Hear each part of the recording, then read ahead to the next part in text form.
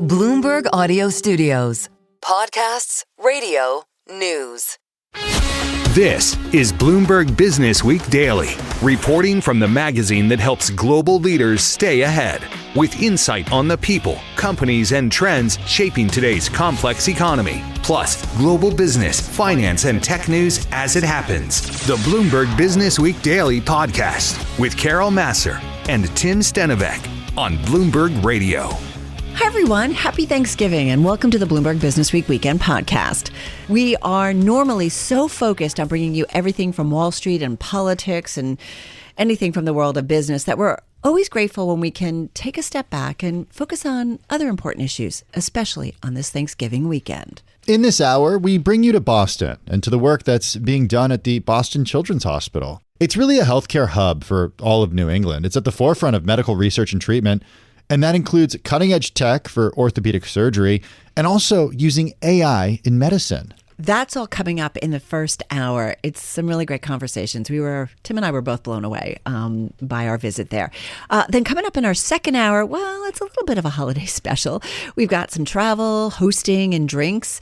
We also get an update on the domestic travel market with the CEO of Travel and Leisure.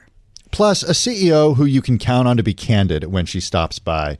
Christina Stembel, the founder and CEO of Farm Girl Flowers, she joined us on getting ready for the holiday season and the health of the consumer. Also, we have a drink with the CEO of the spirits company Craftco at a time when the industry is facing a lot of headwinds. That's coming up. A drink or two.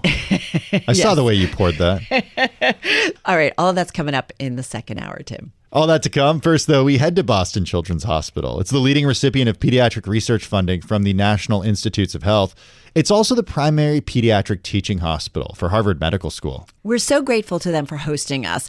And first up, we've got a conversation around medical advancements using artificial intelligence and the importance of providing a comforting environment for patients and staff alike. That's what Dr. Joan LaRovere is trying to achieve. She's senior vice president. She's also interim chief medical officer of Boston Children's. She's also the co-founder and president of the NGO, the Virtue Foundation. It's delivering healthcare to over 25 countries. We began our conversation with a description of the room where we broadcasted from earlier this month. We're in the Hale Roof Garden on the 10th floor of the Hale building. The cardiac ICU that I work in is 2 and 3 floors below us because we cover 2 floors, our cardiac ICU. And we need spaces like this for families to be able to step away and really, think and decompress. And for staff, these are very challenging, complex patients that we're taking care of in this building. Our neonatal intensive care unit is here. Our cardiac ICU is here. We have operating rooms in this building. There's a lot of the cath labs are here. So it's wonderful that we can have these magical spaces where you can just feel that you're in a pediatric hospital and there's a place to relax and think. Can I just say it's like you're sitting on a tree, like a tree bench. There's I don't know, is this a rainbow? It feels like above us. It's pretty cool. Carol mentioned the energy that we feel when we walk into a space such as Boston Children's, and we're reminded that it's not just a teaching hospital, a research hospital. It's also a place that treats kids from really all over the world. I'm wondering how you prioritize where resources go, whether it goes to treating patients right now versus thinking about research, thinking about development, thinking about ways to actually help patients in the future versus working with them right now. How do you allocate those resources? Well, that has always been part of the DNA of Boston Children's Hospital. It's been our mission. We deliver the highest, best quality clinical care. Really, that is the foundation of it all. And you see that, the motto of where the world comes for answers. There's a lot of complex patients from the Boston area, Massachusetts, New England. Obviously, we provide primary services for all levels of care for children in this community. However, there are many from across the United States and across the world who really seek that type of care and come to us, usually the most complex cases. And I think that's really where we thrive. And the other piece of our DNA is the science. We, as you talked in the beginning, That makes a difference, right? When there's science involved, I feel like it's practitioners, like yes, you're dealing with patients, but it's people who are like, I want to understand how this works. That's everybody here. Yeah. That's the doctors, that's the nurses, that's the social workers, that's the physical therapists, that's the respiratory therapists, it's the pharmacists. I just could keep going. So I think that's what draws people to work here and to stay here, because that purpose, that we're going to actually change things and we're going to be able to find newer ways of doing things. We're going to help more children survive, but also thrive. And that takes a real concerted effort. And you need the science here with the clinical. One of the things I think when you joined Tim and I back in New York, and listen, everybody's talking about AI, and I know that. But I think we all are thinking about what it could do for medicine and R&D and innovation. And I guess what we're trying to understand, too, is what's the reality of what AI is used within the medical community or R&D specifically? Like, where is it today? And you, as someone who understands this space so well, and I'm curious the conversations you guys have, where do you think it could go? Well, AI has been a very important part of Boston Children's Hospital for a long time. This isn't something new. We have incredible research groups and an incredible innovation team here who've been really standing up AI initiatives for a very long time. We talked about some of the work I personally have done in terms of, Virtue Foundation and the global health AI mapping and being able to match resource and need. You work with firms that are like specifically in AI. Yes, with Databricks and Data Robot, right. We're building those real platforms that people can use.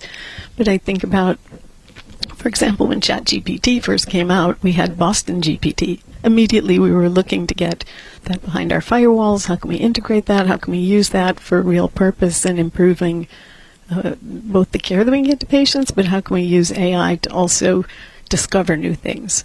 I think the levels of data that we have, and I think you touched upon in the beginning, in terms of rare diseases, genetic diseases, we are the epicenter of that. And we've already been extremely successful in bringing new therapies to market for children. But when I look at the infrastructure that we're building, and I think you've had Dr. Wendy Chung come and speak, and she's heading up a lot of that work, I think our best days are ahead of us, and the AI is unlocking that type of potential.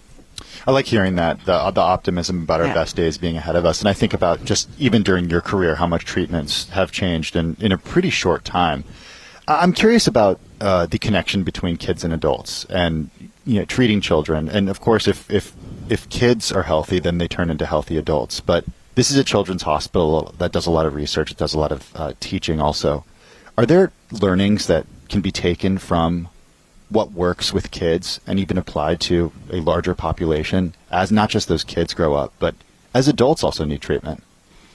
I think there's 2 points that strike me there. One is the decisions they were making early in life have long-term impact.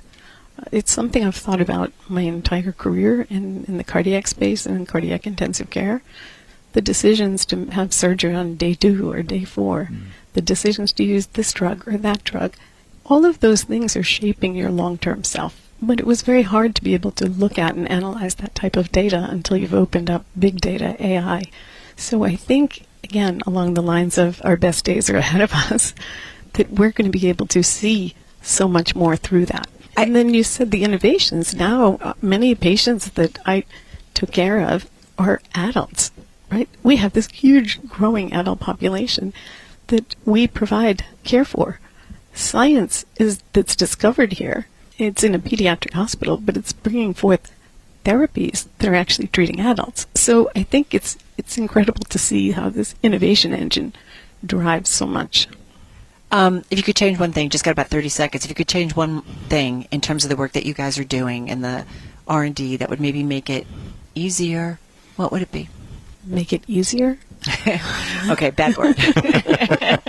If you could change one thing, though, that would help you guys in what you're working on. It sounds like you don't need, it sounds like you've got a great team. And we have a great team, but we're always needing, support and engagement, and we're just trying to drive the next level and partnerships to move in that direction. We are the leading children's hospital, so we're doing well, but we're always trying to push the envelope of what we can do.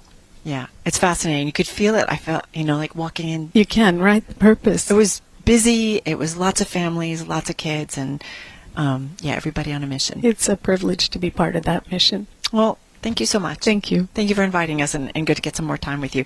Dr. Joan LaRovere, she is Interim Chief Medical Officer at Boston Children's Hospital, Director of Innovation and Outcomes.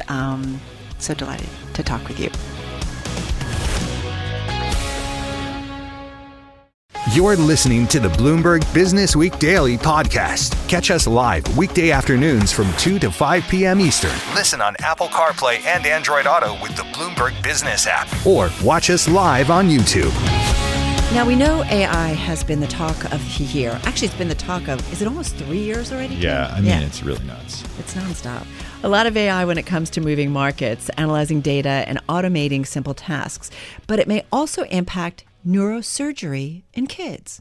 On that, we were joined by Dr. Lissa Baird, Director of Neurosurgical Oncology and co-director of the Brain Tumor Center at Boston Children's Hospital. I take care of kids that have brain tumors, and it's all ages. All ages, yeah, from infants to really young adults, but all through childhood. And work with a phenomenal team here. Requires a huge team to take care of these kids. They're very complex diseases, and we work on all aspects of them. So active treatment, we do a lot of scientific research, we run clinical trials, we really support these kids not only through their therapeutic journey, but through survivorship and surveillance afterwards. So it's a long journey for them, and we really try to support them at every stage. How are clinical trials involving children different than clinical trials involving other age populations? Well, cancer in children is very, very different. The diseases are different. The implications are different, especially with brain tumors. Why is that? Is it development because of where the brain is, or what? Partially. I mean, we're dealing with patients that have developing brains. I mean, there are very different implications for that. But also the diagnoses vary quite a bit. Mm-hmm. The common diseases we see in childhood brain cancer are very, very different than that in adult cancer, and they require different treatments. And the support network needs to be different. We have to support these kids through developmental stages, through hormonal development, through cognitive development, emotional development. The family needs are different. And, the diseases require very specific therapies. One thing historically that has happened is because pediatric cancer has not been as well supported historically, we have had to extrapolate data and treatments from the adult world, and it just doesn't work.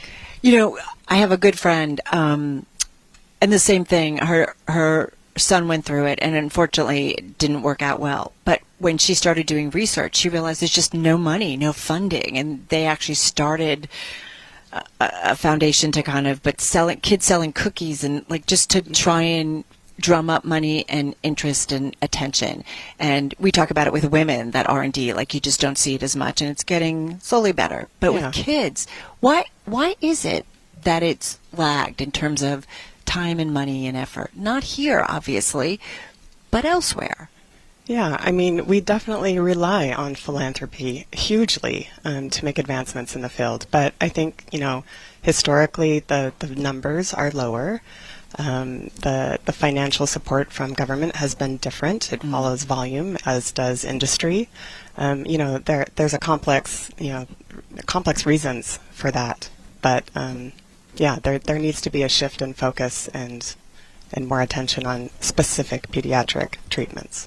We are talking a lot about treatments, and it makes me wonder about if we understand what causes this stuff in the first place. And certainly treatments in recent years have gotten so much better, and gene therapy has gotten better. But I'm wondering if we have an understanding in the medical community about why some kids get sick and why some don't. Yeah, there have been huge advancements in pediatric brain tumors. It's really one of the most exciting fields right now because of how many things have really moved forward in the field. And so we know so much more about the biology of these tumors and the genetic underpinnings to them, and can really drill down with each individual tumor to find out what the molecular change has been in the cells that is driving tumor growth. And that's really helped us understand them and opened up a whole new field of individual treatments. And so, every tumor is different. In some tumors, we've discovered that there may be a cell of origin that the child is born with. A lot of tumors we don't understand why some kids are getting them and some don't. Some may have familial implications and some may have environmental. We don't understand everything, but we're learning more and more every day, and we know so much more about the individual genetics of the tumor. Could we get to a point within our lifetimes where there is some sort of screening for kids when they're born or in their early days that helps identify what they could be susceptible to, and then we could allow for different treatments ahead of that to prevent it actually from happening? Definitely. I think so. And it may not be for every tumor, but I think we're already getting close to that for certain diagnoses where we know specific things that we can potentially screen for. And we're finding certain, germline mutations that are, familial, hereditary. So yeah, I think we may get to that point where screening is better for all tumors, but we're very close for certain types of tumors. Is there differences in boys and girls when it comes to either tumors or what impacts? For some. Yeah, for some diagnoses. And some have, greater percentages with boys and some with girls. It really just depends on the diagnosis, and many it's equivalent. I am also curious about, you guys seem to certainly take a family approach, and you have to when it's kids. What's involved when you've got specific therapies and it's leading up to the surgery or whatever the treatment is? No, the treatment of these kids takes a village. We have a huge multidisciplinary team. We have neurosurgeons, neuro-oncologists, neurologists, the neuropathologists, geneticists, neuroradiologists, and we also have the rehabilitation experts with physical occupational therapy, the neuropsychologists and endocrinologists. I mean, there are so many different expertise, fields that are required to take care of these kids, because brain tumors really affect every single aspect of their life and have the potential to affect every aspect of their physical and neurodevelopment. And so, we are really fortunate here to have so much expertise that we're able to really individualize the team needed for each specific child. Thank you so much. This is heavy stuff. Thank you so much. Really appreciate it. Dr. Alyssa Baird, Director of Neurosurgical Oncology and Co-Director of the Brain Tumor Center at Boston Children's Hospital. This is Bloomberg. This is the Bloomberg Businessweek Daily podcast. Listen live each weekday starting at 2 p.m. Eastern on Apple CarPlay and Android Auto with the Bloomberg Business App. You can also listen live on Amazon Alexa from our flagship New York station. Just say, Alexa, play Bloomberg 1130. Neurological development and research is so key, especially in children, because healthy brain development can influence outcomes for the rest of our lives. Dr. Ellen Grant is Director of Fetal Neonatal Neuroimaging and Developmental Science at Boston Children's Hospital. There she leads a 70-person neuroimaging and computational science center that's working to develop tools to better detect and understand brain physiology and development. The goal? Improve cognitive, behavioral, and neurological outcomes in fetuses, infants, and toddlers. Brain imaging in children, if we have a better understanding of the brain in fetal development and for babies and toddlers, what will that allow us to understand? What does it prevent? What does it treat? Well, everything begins in utero, pretty much. So your life is an arc from infancy or when you're conceived through to adulthood. So the more we can understand the early development, the more we can start to understand how we make sure children are on the right trajectory. So the goal is to characterize brain development very early on, so we tell at the very earliest point when to start to deviate from a normal trajectory, so we can get things back on track early as possible. And ideally, we want in future to be able to prevent diseases from happening, not just try to deal with them and try to correct them later on when the damage is partly done. So how early can we do it today and detect that there's something wrong? How early, realistically, do you think we can get it to? Yeah, we start looking at fetuses at about 11, 15 weeks, something around there at the earliest. Right. Closer to around 18 weeks. We start to characterize brain development, 18, 19 weeks or so. So it begins quite early when we start to see and look at early brain development. Well, you and your team did a study a few years ago that gave you results to argue for earlier MRI during pregnancy. Yeah. Is that study enough to actually change the standard of care?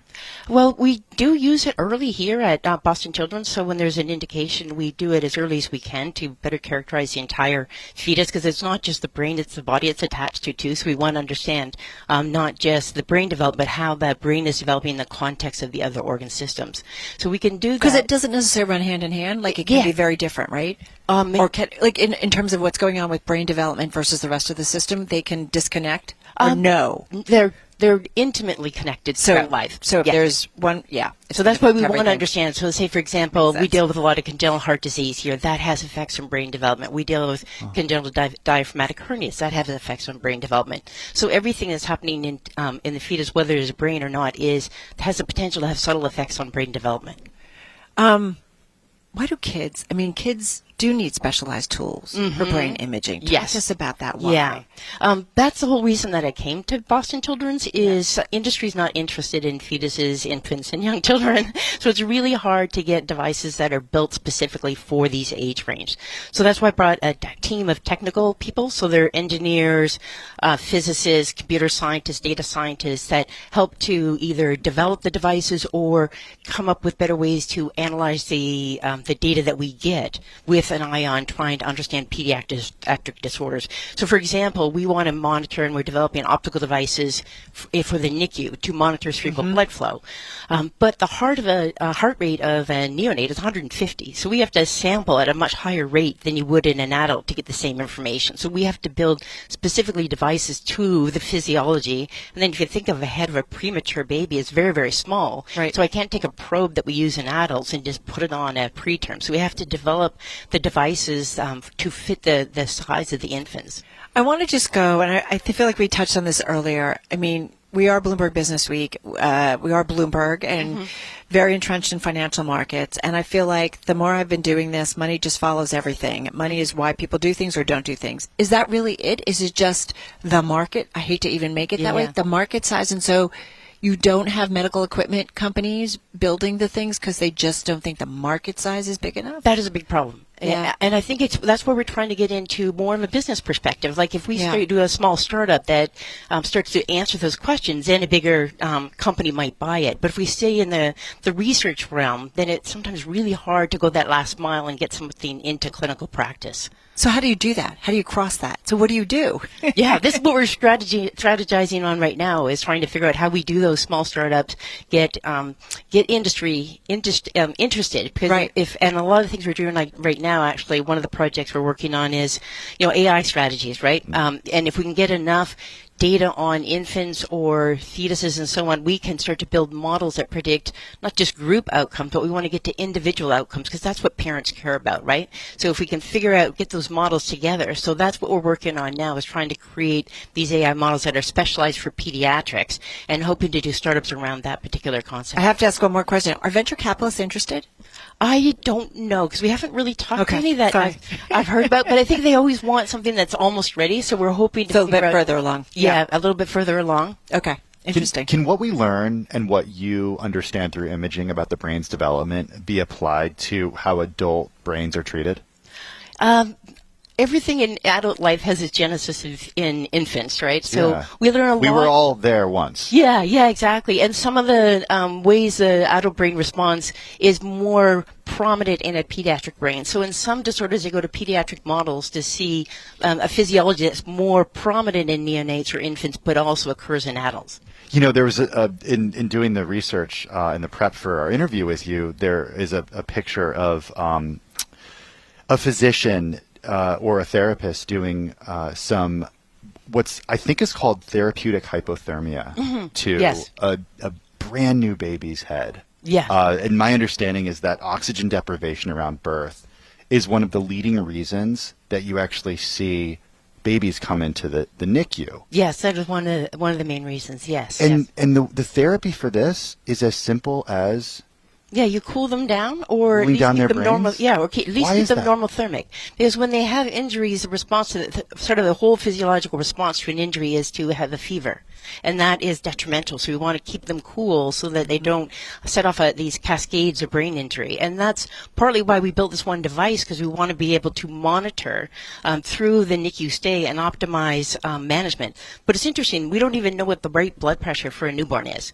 So this is why we wanted to have a probe that could measure cerebral blood flow to the brain, because there is no way to monitor whether there's enough brain or oxygen getting to the brain with the tools that we have right now. I feel like we never even talk about blood pressure when it comes to like infants, right? Yeah. We just don't. But you need to know. Yeah. You did your residency and fellowship in the 1990s. Yes. Curious how imaging has changed since then. Oh, and my then gosh. Where do you think, how will it improve in the next, 10 years? I don't know what's a smart benchmark. Yeah. No, when I was in training, MR was just starting, and it was very slow. So where we've come now is the acceleration acquisition is just incredible. What used to take us an hour to do, we can do in 10 minutes now. So the speed of acquisition is huge. We're also developing a lot of post-analysis that we can do after the images are acquired to give us more quantitative metrics. Because the whole thing in medicine, to get past the qualitative read of a radiologist, which is helpful, but we want to put more numbers on it so we can have a more dynamic range on how we describe each child. And therefore, we can get into better precision medicine and outcome prediction. So we're getting more to that quantitative aspect of imaging now, and not just brain, but all body parts, of course, and down to fetal age. Is it for kids too? Every case is very personal and individual, or are there trends and things that you can help in so that one case can help another? Like, is there a body of knowledge that gets built off of this? Yes, there's body of knowledge that gets built off of this, but this is where we come back to AI. I only can remember so much, even though I've been in practice for a long time, things fall out, Join right? the crowd. So this is where I'm really excited about AI, because I can, mine our databases to find where's an individual child just like that one I'm treating now. Right. What did they respond to? What worked for them? And how are these two similar? So I can mine the databases to start to come up with individual outcome prediction, which is what we're doing right now with databases. We've got some from some of the major trials for hypothermia. And so we can use this large database to try to take individual outcomes. You can say, well, I have a newborn with this pH that had these, and I'm a mother of this age, and put in features, and they could give you from that database an outcome prediction.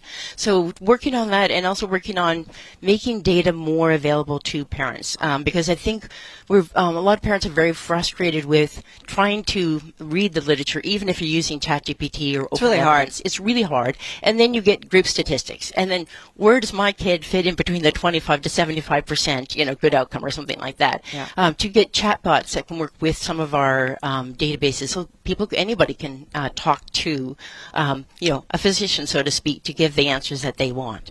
That's pretty remarkable, because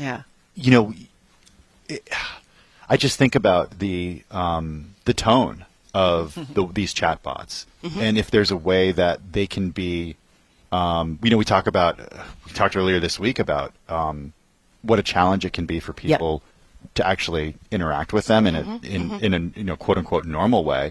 But is there a way for them to actually be empathetic and work with patients, work with parents, work with families? And forgive us, we've got about 40 seconds. Yeah. No, we're working on that, but I can't tell you all the secrets because we're going to start. You can. You can. Wait, no, you can go longer than that. Can I ask you something? When you guys use AI in chatbots, do you have hallucinations? Like, do the AI hallucinations? Or how do you, especially when you're dealing with medical information? There's a lot of safeguards we put around that. So we have, again, this is sort of more the secret sauce that I can't talk about yet, but there are ways to constrain chatbots to give you reasonable answers that are statistically sound. All right, so will you come back? Yes, I will. Okay, good stuff. So appreciate it. Dr. Ellen Grant, Director of Fetal Neonatal Neuroimaging and Developmental Sciences here at Boston Children's Hospital. Thank you again. Thank you. You guys are all amazing. They're all behind us. You're listening to the Bloomberg Businessweek Daily podcast. Catch us live weekday afternoons from 2 to 5 p.m. Eastern. Listen on Apple CarPlay and Android Auto with the Bloomberg Business App. Or watch us live on YouTube. We continue with more of our conversations from Boston Children's Hospital. It was a broadcast we did earlier this month, a remote, where we spoke with some of the nation's leading doctors on matters related to health policy, and innovation when it comes to medical care, especially for kids. Well, a fixture at my high school and college was torn ACLs. Volleyball, lacrosse, soccer, field hockey. The torn ACL, the surgery to reconstruct it, weeks on crutches, and then months of recovery. This is Dr. Martha Murray's world. She's orthopedic surgeon-in-chief for Boston Children's Hospital. She joined us from the hospital. Why do ACL tears affect women more than men? Well, it's a really interesting question, and it's been one of much debate for the last few decades. And there have been things like, well, it must be a hormone cycle, or it's the shape of women's hips and their valgus angles to their knees. But a really interesting study came out very recently from the Harvard School of Public Health as well as Harvard University with Dr. Danielson and Dr. Richardson, where they actually showed that the studies that say that women tear their ACL more frequently than men were often based when the women's teams were smaller than the men's teams. And the way they calculated exposures was the number of practices or games you played in, not necessarily your playing time. So if you're a man who's on a hockey team versus a woman who's on a hockey team, the women's teams were smaller, so those women were playing more, so they were planting, and hockey, that's a bad example, soccer would be better, but if the team is smaller, the women are going to be planting and pivoting and playing much more time per game or practice. So more stress, more use. More stress, more use, more tears. So maybe it's not, maybe women and all things equal, maybe women and men don't have a different rate of torn ACLs. Correct. When they corrected for unit of exposure, so kind of game time playing rather than just a game, the injury rates look very similar.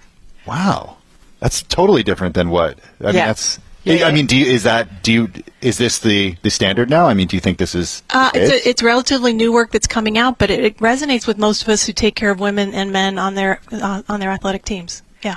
I want to ask about your background, material science and engineering. I know Tim said not typical for a surgeon, but I think it's a really smart combination. Well, I have a foot doctor, same thing, engineering, and he doesn't just deal with my foot. He thinks about, okay, what are you doing? What else is going on in your body? Tell me about that mix and why it's kind of unique and smart and ties things together. Well, for me, it was actually of necessity, right? So I was an engineering graduate student, and a friend of mine came into a party one night and had, on crutches, as Tim was saying, and had torn his ACL. And I said, "Oh, are they going to go sew it back together?"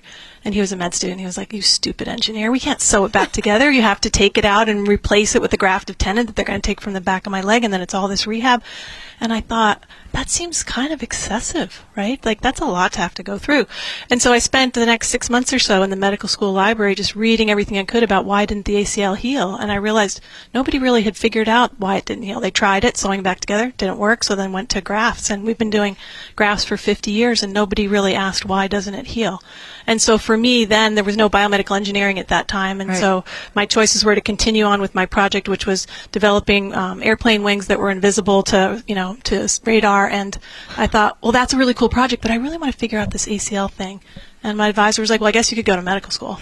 So, this is a Netflix series in the making. Okay, well, the advisor obviously had an impact, and your friend obviously had an impact. But fast forward, 30 years plus, and you have actually invented a new way to treat ACL tears, the Bear method. You did figure out that there's a reason why ACLs don't heal like an MCL would actually heal. Why is that?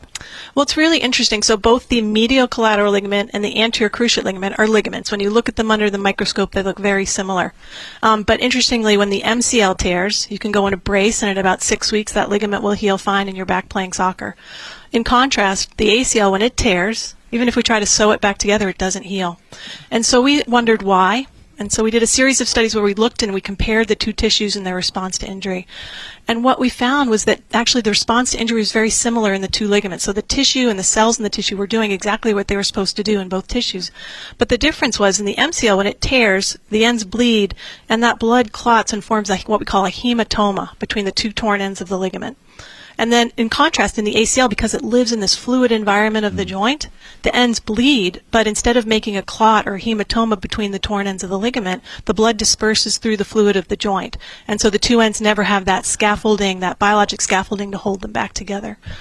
So once we discovered that, then it was a fairly logical step to say, is there some way we could immobilize the blood in between those two torn ligament ends and get that biologic signal where it needs to be to encourage healing of the ACL? And that's really what bridge-enhanced ACL repair, or BEAR, is. So the magic is kind of the sponge that we've developed that can absorb the patient's blood. You can place that blood-laden sponge in between the torn ends of the ACL, sew the ACL back together, but now you have the biology plus the sutures and the repair, and the ligament will heal. So what is done in terms of numbers or percentage with the method that you pioneered, what you invented, versus actual reconstruction and using other ligaments? That's a great question. So this is still fairly new. So we got FDA approval for this product in 2020, and so it's only been in practice for a few years now. There's studies coming out of Children's here, which is where we did the first studies, of course, but now other centers are coming along and doing follow-on studies, and those results are starting to come out, and it's very exciting to watch it grow. I'm also curious, you mentioned like FDA approval, like the approval process. Is it a smart one? Is it the right one in terms of making sure that what's being done and studied, the R&D, that it's safe for when it's finally done on patients? Or is it preventing things from maybe put into use sooner? Like, I'm just curious where you guys weigh in. You're in it every day.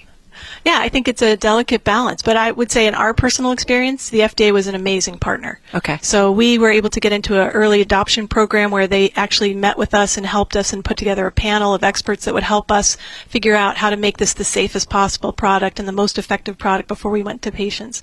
And we found their advice incredibly valuable. There was a lot of conversation and back and forth, and just having them, it felt like it was a team effort. Because we were in alignment. I mean, as a physician, I was going to be shaking the hands of these patients, and my partners were, and we wanted to make sure things were as safe as possible, so they helped us with that. Do we have data yet on long-term impact or long-term outcomes yet when it comes to the Bair procedure? Yeah, our longest data that we have is at about 6 years, and it's only in the small number of patients in those first studies that we did. But the reason that we want to study it longer term is because, as you may know, many of these patients will develop arthritis early in life. And as a pediatric orthopedic surgeon, I want to make sure we have a procedure that's going to last my patients for 60 or 70 years, not have the knee break down in 10 or 20 years. And so we're very interested in this arthritis question with Bair. And in our preclinical studies, we were able to see that arthritis was actually much less in the subjects that we treated with an ACL repair with the sponge versus a reconstruction. So we're interested in seeing if that same thing plays out in patients. And the early data suggests that it is true. But again, that's very early data on small numbers of patients, so we're excited to see how that pans out. We're talking with Dr. Martha Murray. She's orthopedic surgeon-in-chief for Boston Children's Hospital. That's where we are, Tim and me, on this Friday. Preventive care. Like, so much of what we talk about often when we're doing interviews is preventive care, and I feel like the whole health community has been thinking about this for a long time. So what's the preventive care so that, as much as we don't want you unemployed, like, how do we think about taking better care if we're living longer? Like, how do we think about this? So there's a couple questions on that. So one is, how do we help our teenagers reduce their risk of injury? And I think the main thing for that, for our athletes when they're in it... Because we push kids when they're younger. I think a lot of parents really push kids. So some things we can do to help them is help them work on strengthening in addition to just playtime. And another thing is cross-training. So not playing the same sport all year round or playing the same sport every day. Giving their body a chance to rest and heal between exposures to sport. It's as simple as that. I think so. Wow. Does ACL tear happen more in kids than adults? And if yes, is it because kids are the ones who are playing sports and, we're just sitting at computers?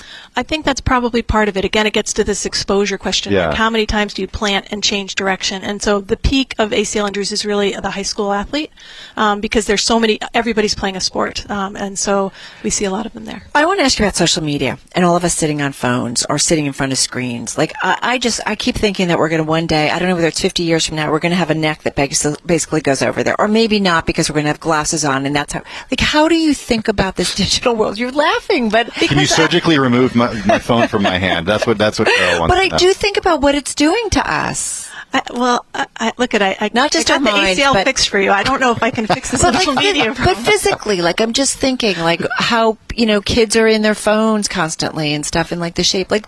Do we need to be thinking about what this is doing, kind of to our spine and different things? I think so, but I also think things come in cycles, right? And we see now, if you walk down the street, you see everybody's on their phone. I think 5 years from now, we're going to look back at that and say, why were we doing that? Maybe we'll start looking up at the sky more often. I hope so. Yeah, that's what I hope too. Yeah, I mean, gosh, that's like you're opening up. I know. I look around on the subway and just everybody, and I'm just thinking the curvature and I don't know, whatever. What's the next thing you're working on or that you're excited about? I'm really excited about a product that we're working on for rotator cuff injuries. And it's a product that's injectable, so that potentially... That's great. Yeah, you could have an ultrasound of your shoulder, see where the tear is, and then inject the product into the tear maybe in an office visit. So that's what we're working on, but very early days on that. Again, a challenge with pediatric patients as well? No, this is more adults, but we thought if we could make this work for a ligament, maybe we we could try it for the rotator cuff tendon. And the nice thing about the rotator cuff is it is accessible by ultrasound and injection, and it's a pretty easy model for us to study.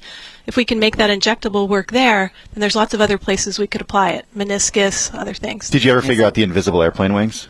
No. Not too late. Well, social media, invisible airplane wings, ACL, you guys are killing me.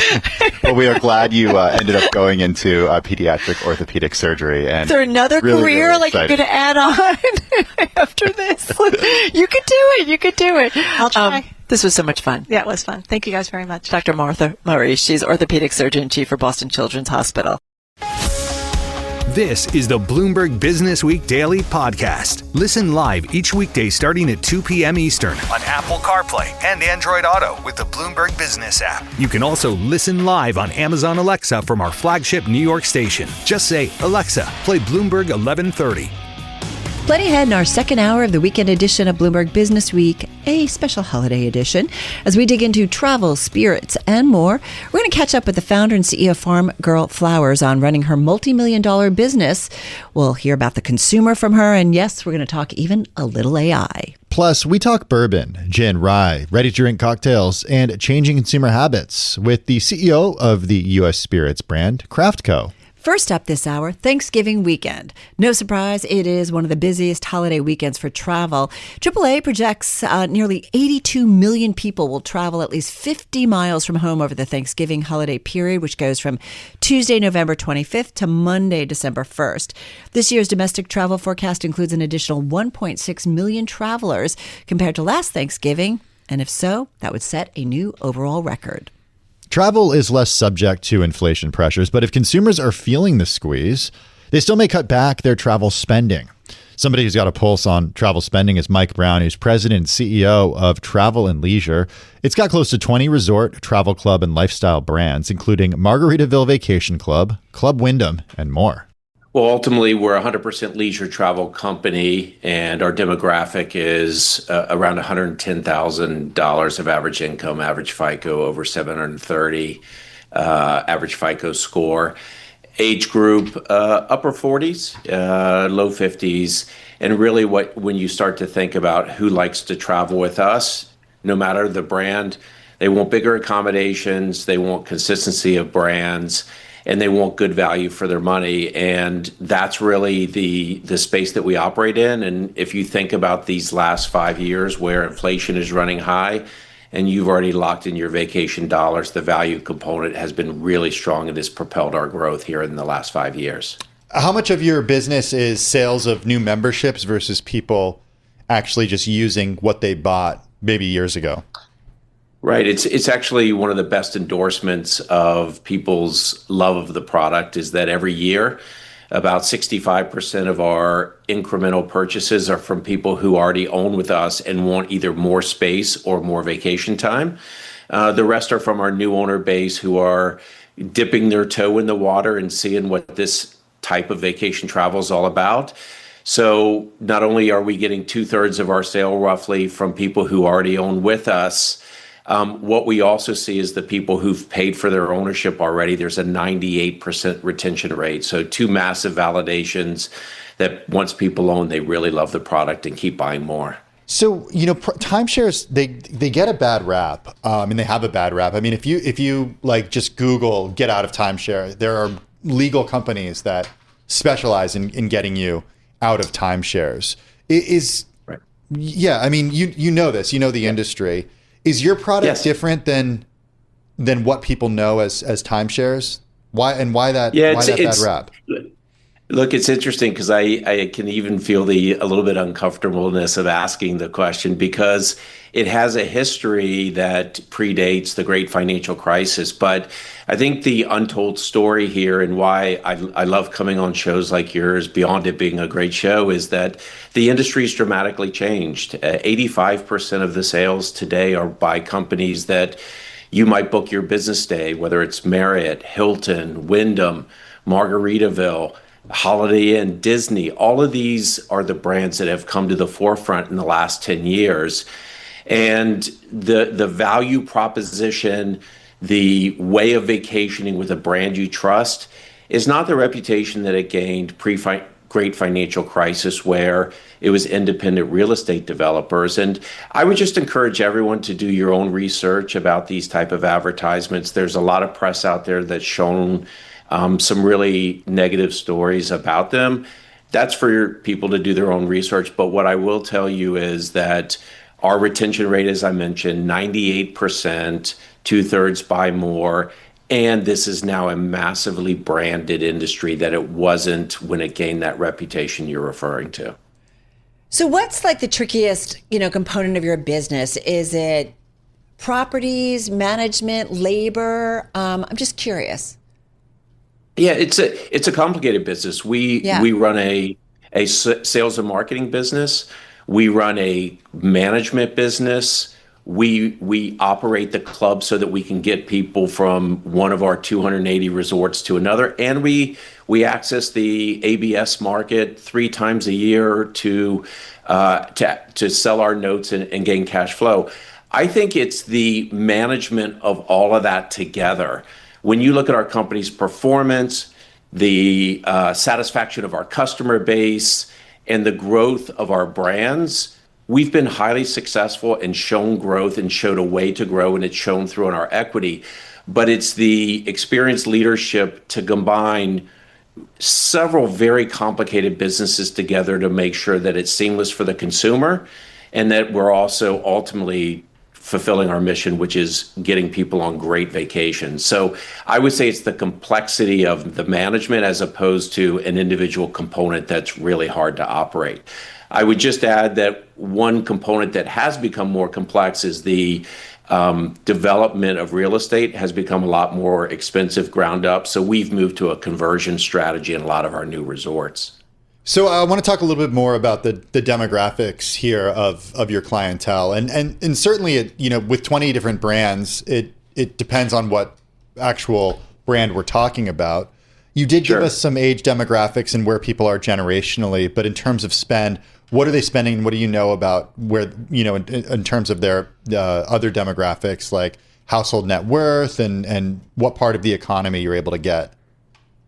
Right. Well, what we find in our product is the vast majority, irrespective of the brands, are going to want to be in a situation where they want to know what they can expect from their vacation. And a Margaritaville guest is going to want a sand, a drink in your hand, that type of lifestyle. Whereas our newest brand, Eddie Bauer, these are people that want to hike in Zion National Park or get to the great outdoors and enjoy a family reunion.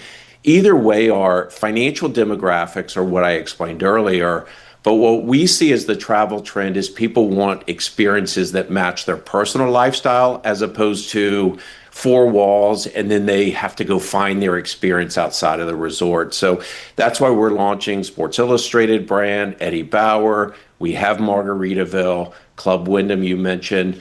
We see an opportunity to customize your experience inside the resort and outside, as opposed to separating the financial demographics.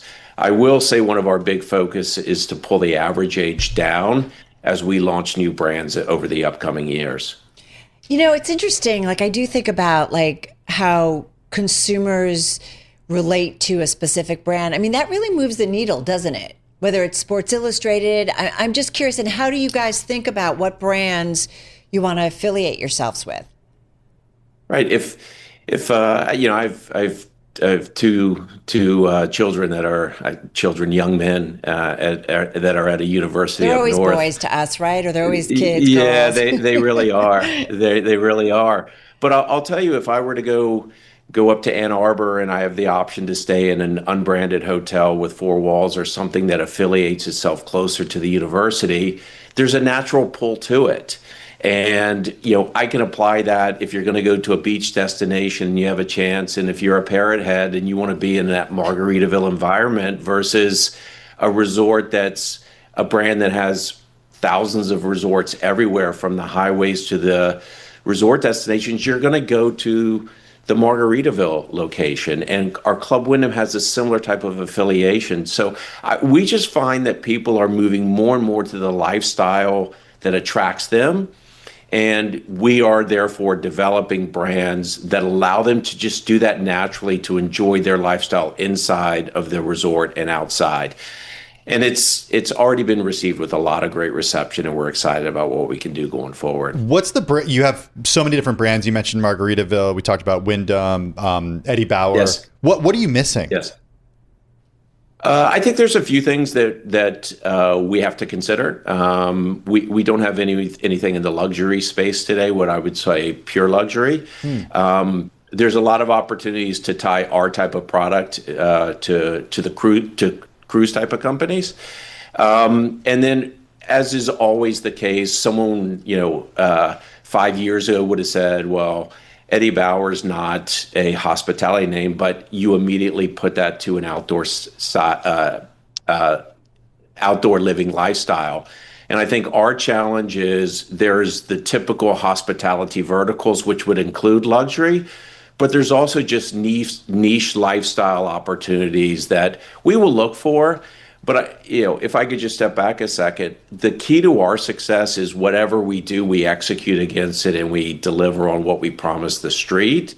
And that success allows us more and more access to more and more brands. So I would expect that to allow us to move into these spaces that we currently aren't in. Well, I'd love to be sitting at Margaritaville vacation, or a Margarita vacation club with a margarita in my hand. But having said that, before we go, Mike, any signs of stress, any signs of, economic, concerns as you look at your business, or maybe what it tells you about the outlook here? Well, I would say my personal sentiment and what I'm seeing in our business is very similar to what it was 30 days ago, which was there's still uncertainty out there, which causes us to be looking intently every day with any metric internally that would signal the economy is going one way or the other. 30 days on from our earnings call, I would say that our performance and our outlook on the economy looks very similar than it did at the end of October when we reported. Okay. Our leisure travel demand is looking good for Q4. With the sound that the shutdown is coming to an end, I was starting to worry that we might start to see changes in behavior between air and drive-through traffic. Are you seeing that at all? Just very briefly? We have not. And in fact, it looks like our 25 bookings here in Q4 are at or slightly above where they were last year. And we haven't seen a dramatic change. We've seen ever so slightly the change from fly to drive to. But I'm really confident that had it gone on another week or two into the Thanksgiving season, we would have saw a noticeable shift of people in New York saying, look, let me just get to a drive-to destination as opposed to flying to Orlando. I don't want to deal with the hassle with my free time. Fortunately, it looks as if we will avoid that. But at this point, we have not seen an indication that has caused a change in leisure travel. Mike Brown, President and CEO of Travel and Leisure Company, joining us from Orlando. You're listening to the Bloomberg Businessweek Daily podcast. Catch us live weekday afternoons from 2 to 5 p.m. Eastern. Listen on Apple CarPlay and Android Auto with the Bloomberg Business App. Or watch us live on YouTube. U.S. consumer confidence led in November by the most in 7 months on growing anxiety about the labor market and the U.S. economy. Now, a survey by the Conference Board released this past Tuesday also found that confidence fell across nearly all income levels after several months of increasing for most groups. A gauge of expectations for the next 6 months declined to the lowest level since April, while measures of present conditions slumped to a more than 1-year low.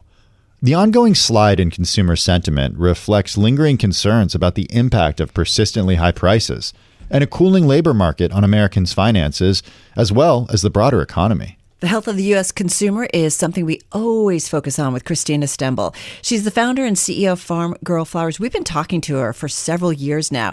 That firm, by the way, she bootstrapped starting back in 2010, making bouquets from her San Francisco apartment. I got to say, it's come a long way. It's the first year that we're actually seeing any growth since 2020, but very small, couple points. And that's very intentional. We're really focused on the bottom line. We want to make sure all these companies are doing layoffs. I want to make sure we're not that, we have, 10 or 12 open positions right now, which for a company our size is a lot. So we're just growing at a clip that we can do while maintaining our profit margin. How big is the company? We're about 35 million, plus a little bit, but yeah. And how many people? Right under 30. So you have people. Like a third of your positions are open right now, basically. Are you having trouble finding those employees? We're just going slow. We're looking for the right people. So we have a lot of applicants, but we're just making sure we're bringing the right people. Yeah, I think I've learned that having the wrong people is actually worse than just not having anyone. So that's a lesson. It is a good lesson. So in terms of 15 years, tell us about like how you look back at the beginning and where you were and some of the stages you've gone through and then where you are today. Yeah, I just sat down and wrote 15 lessons in 15 years. I might share them at the end of the year. I was just trying to think about where I'm at now versus, I feel much healthier right now personally and professionally. And why do I feel that way? And I think the biggest lesson that I had written down was that nothing is as it seems. When I started, I wanted that founder story in Silicon Valley. I started in San Francisco. I wanted to be the cover of Inc. or Entrepreneur, one of the big magazines, and where everybody was like, she did it, look at that, and it was all my ego. I finally realized it was my ego, and we grew really, really fast, and that played into my ego, and I felt like that was my entire identity, was that all the press we were getting with our fast growth. And yet 2019 we did 34 million in revenue, and I did 36,000 in profit, and I paid myself $60,000. This is not a success story. But the outward world thought I was so successful, and I'm barely scraping by eating ramen, So I think, really figuring out that, I needed to be smaller, like we talked about before, and focusing on profit margin. Being a smaller company doesn't feed your ego anymore. But I finally figured out that everything I thought the business world was isn't. All these sales, all these glossy pictures of people that made it. I'm yeah, it was a fire sale most of the time. And it was all these people I wanted to be, that elite girl bosses that made it. I'm they don't own their companies anymore. And they're, And it's, it's interesting because we've talked a lot, and I'm sure through your head, you went through some journeys about where do I want to go? Do I want to keep doing this? Do I want to bring in partners? Do I want to do whatever? Yep. You know what I mean? And I'm just curious, Tim, I think about all the folks that kind of think about that kind of thing. Did you go through some of that? Absolutely. I built this to sell. I wanted to sell it in 10 years. How many years can you work 100 hours a week and not die, So I wanted to sell it so bad. That's so harsh.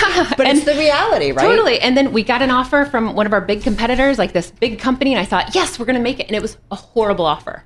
And so now I'm building to keep instead of building to sell. And it's a completely different thing. We're investing in, things for 5 years from now. You're able to build to keep rather than build to sell because you built this company yourself and you didn't take on any financing, any funding, which is so strange for a startup that was built in Silicon Valley.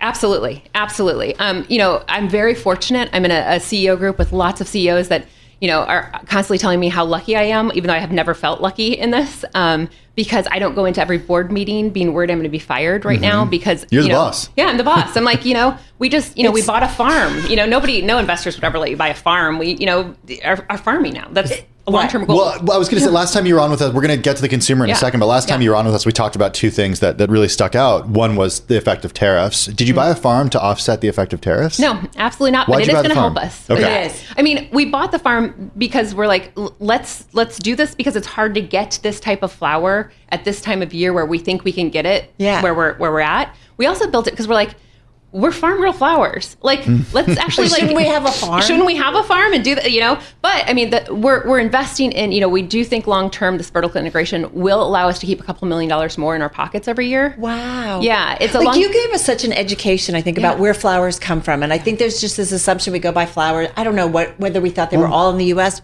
and there wasn't. Right. No. So much of the flowers come in. Where's the farm? Oregon.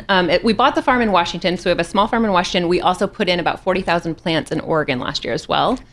And will you be able to cultivate those flowers yearly, throughout the year? Although it takes 3 years for your first harvest. So that's why investors would never let you put the money into it now. And the flowers that you produce at those farms on that land only go to you, or do you sell them to others? Yeah, we'll keep it. Right now, the amount that we're growing, we can use that every year. If we decide to keep going, then we can wholesale it. It's another revenue chain for us. What percentage of the flowers that are grown there, does that satisfy of the flowers that you use in a single year? A couple percent. Okay, so percent. it's still Yeah. Really, but you would never be able to get to the point because of the global supply chain where you could actually grow all the flowers you would want. Never. And we don't want to. It's too much of a risk, you know? Yeah. I learned through COVID that I definitely need to diversify more than I had. I mean, having our facility that made 92% of our bouquets close down in one day in 2020. I remember you talking, taught me that wasn't very smart. So I'm definitely making sure we diversify now. Talk to us about tariffs in the environment. Like, I just think, again, many reasons we love talking to you, but you really give us an idea of what it's like to run a small business, although you've made it a bigger business over the years. But stuff coming out of Washington, tariffs, how has that changed? Has it gotten any easier? Yeah, no. We change, and it actually hurts the consumers more. I mean, because you raise prices. We raise prices, or we have to buy off the shelf instead of making custom things that are nicer for them. We have to do things like that. We have to make concessions because we don't want to price ourselves out of the market. Yeah. We have to use different flowers, even though they're not the ones that consumers want. There are things like that. I hate when florists do that. Yeah, exactly. Like, it's not what we want to do. Right. It also, I think we're the poster child for having tried to do this, like, made in America, grown in America. Like, when we started, I only bought American grown flowers, right? Yeah. And we ran out of flowers in 2017, just ran out. Now there's fewer farms than there were in 2017 because labor's so high. Now with immigration issues, I just came a couple weeks ago. I was just down in our fields and we were just getting it ready for winter. I couldn't walk for 3 days after doing 1 week of work in the fields. Like, there are not people here that are wanting to be farm workers, let me just say. So what would you say to folks who are like, no, pushing back on immigration, it makes sense. Like, we have to be doing this. What would you say to folks who are listening or watching right now? I think that ship has sailed generations ago.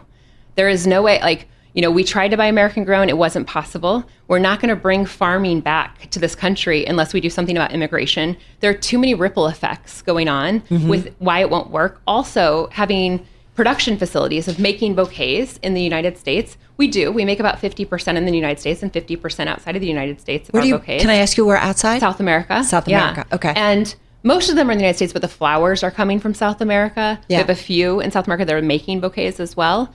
And, it doesn't work. Like, I think, Ford Motor Company is a good example of this when they're talking about open jobs. Or, I talked to a guy that has an engine rebuilding plant in the Midwest that had 40% open positions. We just don't have those people in this country anymore. We're telling people go to college so you don't have to work a factory job. Nobody wants to work a factory job. We also have an aging population, right? Absolutely. So we're not replenishing. So we talked about tariffs. We talked about farming. We talked quite a bit about your story to the consumer and the American consumer. How is the consumer in your view? The consumer has definitely shifted. I think just like what you were talking about, people right now, it's a little concerning with the economy where, people are still spending a lot of money, but the people that can't spend a lot of money can't buy. Yeah. So, it's not the company I want to be where I'm only appealing to one type of consumer. So we're really trying to make sure that we're not doing that. But with tariffs and rising prices and everything, that, kind of backs you in a corner of what do you do? I don't want every bouquet to cost $150 because how many people can afford a $150 bouquet to send to their best friend for their birthday, So we're looking at things and as a consumer, like, I know I definitely cut back. It's like you can't do as much as you would like to. Absolutely. And we're in the gifting space. So you just cut gifts out and we don't want that. So we're looking at trying to find ways to get closer to the end consumer so we can cut it in shipping instead of the flower cost and things like that we can be a little bit creative with. Wreaths. How big, do you do a lot of wreaths? We wish we could do more. We sell out of them all the time. We're working with a lot of new producers. There it is. They're high labor. It's a high labor. Yeah. So we are constantly looking. We work with small farms on our wreath making program. So very proud of that and trying to get more for us. I have wreaths. It smells really good. It does smell really good. Yeah. She walked into the studio. If you had to do a word to describe the outlook, how do you see it right now? Bleak but hopeful. Wow. Yeah. I think. And this is with somebody who's got business going, job openings. Yeah. Wow. In terms of the context of the last 15 years, apart from COVID, where is it? Like, what year are we in? 10 seconds. We're 15. Bleak, I would just say because of personally how I feel about what's going on. But we're doing okay. So I'm hopeful that we're going to make some changes. And you bought a farm. Yes, bought a farm. I love that. I want to be able to say we bought a farm. Christina Istanbul, founder and CEO of Farm Girl Flowers. Always makes us feel good. This is Bloomberg. This is the Bloomberg Businessweek Daily podcast. Listen live each weekday starting at 2 p.m. Eastern on Apple CarPlay and Android Auto with the Bloomberg Business App. You can also listen live on Amazon Alexa from our flagship New York station. Just say, Alexa, play Bloomberg 1130. All right, we've got something fun to talk about. Well, our Bloomberg Intelligence team is out with a really interesting note that could add to the woes facing the spirits industry. Oh, so not so fun. Well, yeah, maybe not.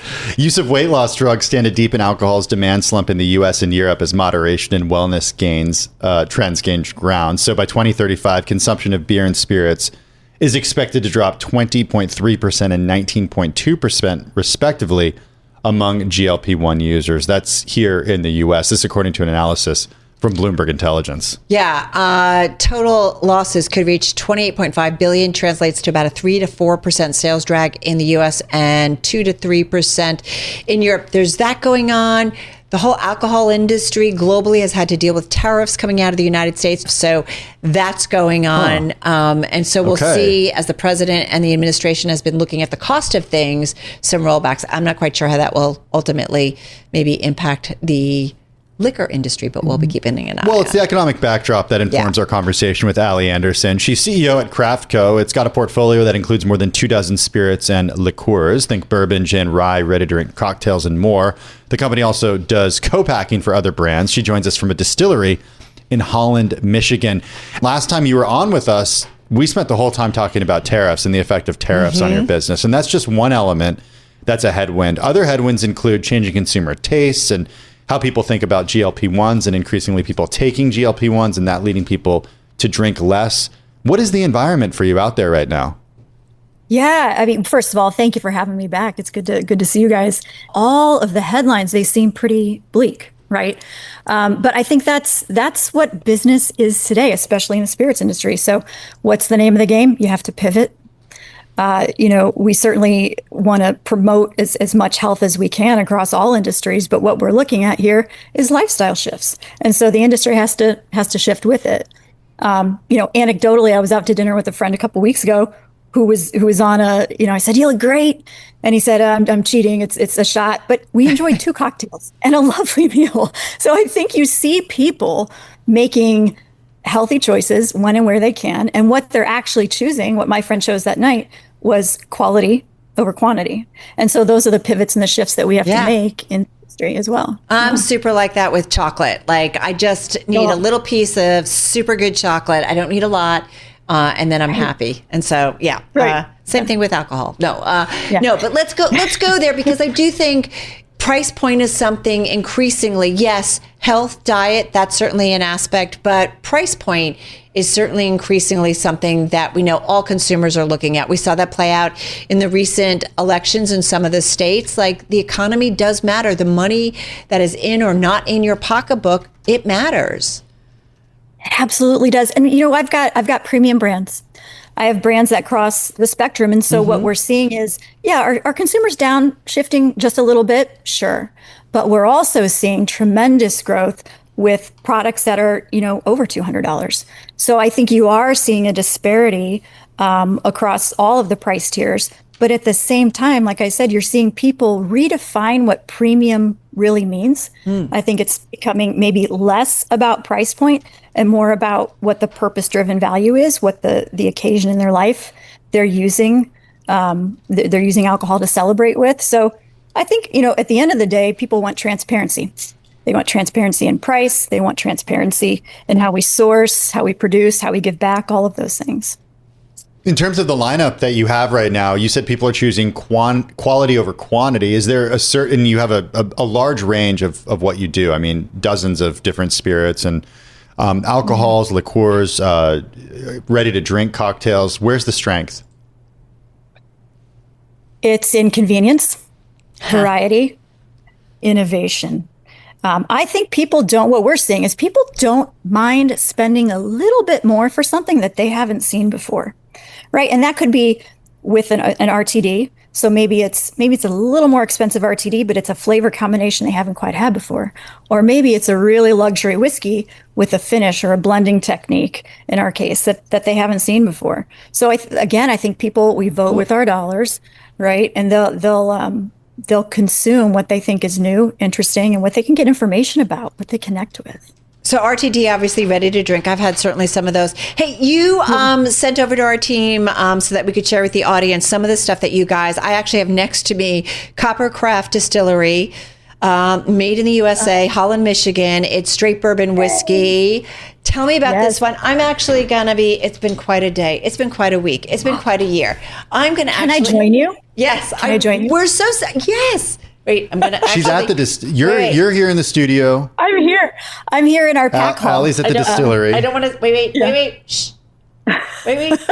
Oh, there we go. Okay. I didn't want to spill it. Okay. So tell me about this, because it isn't certainly a brand that I think I'm familiar with, but you're right. People are looking, I know when I go to buy a wine, I like to try different things. Right. So, we're based out of Holland, Michigan, and you think, I get this question all the time. Isn't whiskey just in Kentucky? And the great thing about an American spirit is that it can be in all 50 states. And so for us, we're in Holland, Michigan, on the west side of Michigan, here on the lakeshore. And we create, we've had this brand for many, many years. Mm-hmm. And I think what you've got is it's a straight bourbon whiskey. I can smell the whiskey sour that could also be made out of this. But this is finished in rum casks. What does that mean? Well, it means we took an already amazing whiskey. I think the one you've got is 8 years old. And we put it in, I don't have any casks in this room. We put it in a rum cask that it used to hold rum. And we just let it rest for about a year. So it takes on a different flavor than something that would be finished in a different type of cask. But I see what you say. Like, you don't, this reminds me of my dad, who used to make whiskey sours for all of us as kids. And most of the times it was a lot more oranges and cherries in it than whiskey. But you could also just, the variety, I feel like the craft industry, even in liquor, like you just, alone, it's just something really nice. Right. Like, what did craft used to be? If we look back at beer, we think craft was small batch, craft whiskey, small batch, and craft, much like the way we redefine premium, craft has evolved too. So like you just said, I've not heard of this before. What is this? And so craft is now evolving to be, what is that experience I can get? Who are the people that make it? How transparent are they about what they're doing? Can I go visit them? Who are, that's what craft is now.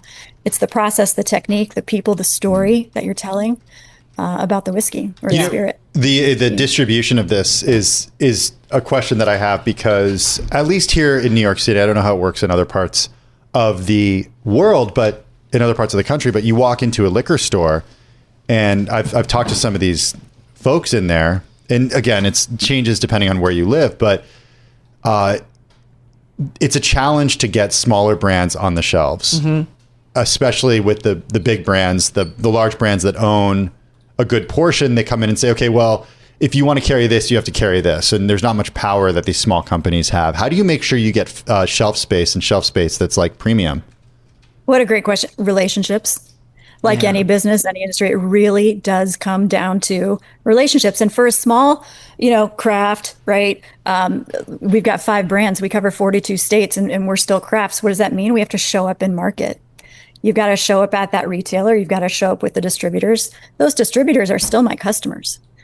So it's built on relationships and making sure they know, just like we connect with our consumers online and tell those stories, make sure they know who we are and that we are a small business, that every single sale matters to us.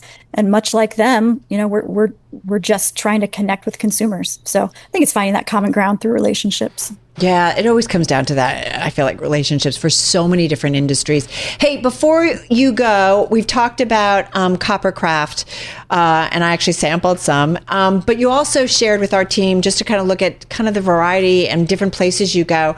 Elderflower. I'm a little obsessed with elderflower right now. And you've got Thatcher's Organic Artisanal? Yeah. You got to move to Brooklyn. Artesian Oh, spirits. it's artesian. Okay. Yeah, that's why. Sorry. I couldn't read it. I'm not looking at the word, but... I'm looking off because we took a picture. You've got Fox and, is it Odeni? Odin. Okay, Fox, forgive me. Odin, Sorry, I'm looking at a Michigan. small picture. But tell us a little bit about some of the other ones. And then Thatcher's Vodka. It's not because I've been drinking. I just couldn't read the picture because I took a picture so I could read on air. Go ahead. I'll join you. Here's at the end here. No, it's Thatcher's organic, right? It's, we think about spirits. Does it really matter? Yeah, it sure does. Something like Thatcher's is very culinary forward. So you mentioned elderflower. I bet we're drinking the heck out of Hugo Spritzes right now with that elderflower. Totally. Prosecco. Amazing, right? Yes. Yeah, and again, that's a way to enjoy maybe a little bit of lower proof, but still feel great and be festive and all of those things. So, then we've got like Fox and Odin is luxury whiskey. And we've got a beautiful double oaked that was just up we had 2 of the top 5 finalists for the best special barrel finished whiskeys in the world a couple Sundays ago in San Francisco. So, we're craft, we're competing against all these big guys, but because of what we're able to do with our size, with our expertise, we can deliver some really luxury things to the market as well. And we do. That was Allie Anderson, CEO of Craft Co. All right. So all of you who are maybe still eating some leftovers from Thanksgiving, it's kind of my favorite thing to have like pecan pie for breakfast. I know. I'm just gonna say. Call it what you will, but just eat it, whatever. But what you might have noticed over Thanksgiving, is that alcohol consumption, people are drinking less. Consumption here in the U.S. when it comes to alcohol has fallen to its lowest level in decades, driven by health fears, GLP-1 weight loss drugs that can actually dull alcohol cravings, and of course, rising cannabis use. About 51% of respondents in a September Bloomberg Intelligence survey said they now substitute cannabis for alcohol at least weekly, so up about 5 percentage points from last year. And that includes in the Thanksgiving feasts. Yeah, this is pretty wild. So the Wednesday before Thanksgiving. Yeah. Some have started dubbing that Wednesday Green Wednesday. This is according to the BDSA. That's the Cannabis Market Tracker. Yeah. It's the second biggest day of the year for legal cannabis sales in the U.S. Maybe everybody just wants to kind of mellow out, before they see all their family. Well, or why aren't you married? Why don't you have kids? Why don't you why don't you finish that degree? Anyway, all I'm going to say is whether you had a happy Thanksgiving or happy Thanksgiving, I just hope you had a good and safe holiday. I like that Thanksgiving.